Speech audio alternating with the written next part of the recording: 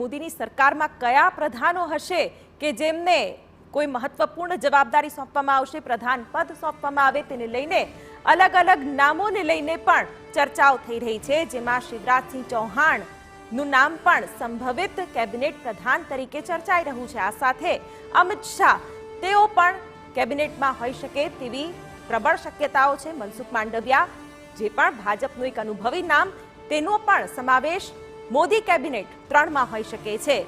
JP Nadda તેઓનો પણ સમાવેશ આ કેબિનેટમાં કરવામાં આવે ત્યારે કેબિનેટમાં કયા કયા પ્રધાનોના નામ હશે તે અમે આપને દર્શાવી રહ્યા છીએ, કારણ કે આ અંગે હવે વિચાર વિમર્શ પણ કરવો રહ્યો, કારણ કે હવે અન્ય પક્ષોના જે નેતાઓ છે તેઓને પણ સમાવિષ્ટ કરવા પડશે। CR પાટીલ કે જેમણે ગુજરાતમાં પ્રદેશ અધ્યક્ષ તરીકે કામગીરી કરી છે, તેઓને પણ સંભવિત કેબિનેટ પ્રધાન તરીકે સ્થાન મળી શકે તેવી પણ ચર્ચા અત્યારે તેજ બની છે। ભૂપેન્દ્ર યાદવ આ પણ જૂનું અને મોટું નામ, અનુભવી નામ ભાજપનું, તેમનો પણ મોદી કેબિનેટમાં સમાવેશ હોઈ શકે છે। આ નામ પણ અત્યારે ચર્ચામાં ચોક્કસથી આવ્યું છે। તો બીજું નામ ગજેન્દ્ર શેખાવત, તેઓને પણ કેબિનેટમાં સ્થાન મળી શકે છે, તેમનું નામ પણ હાલ ચર્ચામાં આવ્યું છે।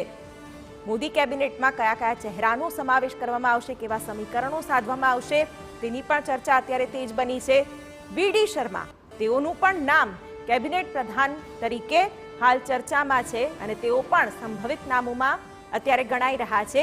નિત્યાનંદ રાય તેઓ પણ કેબિનેટ પ્રધાનની રેસમાં ક્યાંક છે અને તેમને પણ ક્યાંક મહત્વપૂર્ણ જવાબદારી સોંપાય તેવી શક્યતા જોવાઈ રહી છે। જનાર્દનસિંહ સિગ્રીવાલ તેઓ પણ કેબિનેટ પ્રધાનના સંભવિત નામોમાં હાલ તો ચર્ચાઈ રહ્યા છે અને આવા ઘણા બધા નામો કે જેમાં કઈ રીતના ગણિત જોવામાં આવે છે, જાતિગત સમીકરણોને પણ જોવામાં આવશે।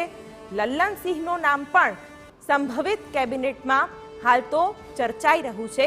તો જીતનરામ માંઝી હમણાં સાંસદ, તેઓને પણ કેબિનેટમાં સ્થાન મળે તેવી પૂરી શક્યતા છે, કારણ કે આ પહેલા પણ અન્ય જે પક્ષો છે, ઘટક દળો છે, તેઓએ પણ વાત કરી હતી કે અમારા પણ સાંસદોના નામ પ્રધાન પદમાં આવે, ત્યારે જયંત ચૌધરીનું નામ પણ અહીં ચર્ચામાં લેવું રહ્યું, કારણ કે આરએલડી સાથે જે ગઠબંધન કર્યું હતું ત્યારબાદ આ તમામ પક્ષોએ પણ ક્યાંક કેબિનેટમાં સમાવેશ થવાની માંગ કરી હોય, સ્વાભાવિક છે।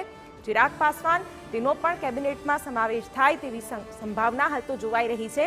અને અન્ય નામોની વાત કરવામાં આવે તો બાંસુરી સ્વરાજ, કારણ કે કેબિનેટમાં કેટલી મહિલાઓને સ્થાન મળ્યું એ પ્રશ્ન પણ હંમેશા ચર્ચાતો હોય છે, ત્યારે બાંસુરી સ્વરાજનું નામ પણ તેમાં જોવામાં આવી રહ્યું છે। લતા વાનખેડે તેમને પણ કેબિનેટમાં સ્થાન મળે તેવી શક્યતા હાલ તો પ્રબળ બની છે। તો સાવિત્રી ઠાકુરનું નામ પણ સંભવિત કેબિનેટમાં હાલ તો સંભળાઈ રહ્યું છે, ચર્ચાઈ રહ્યું છે।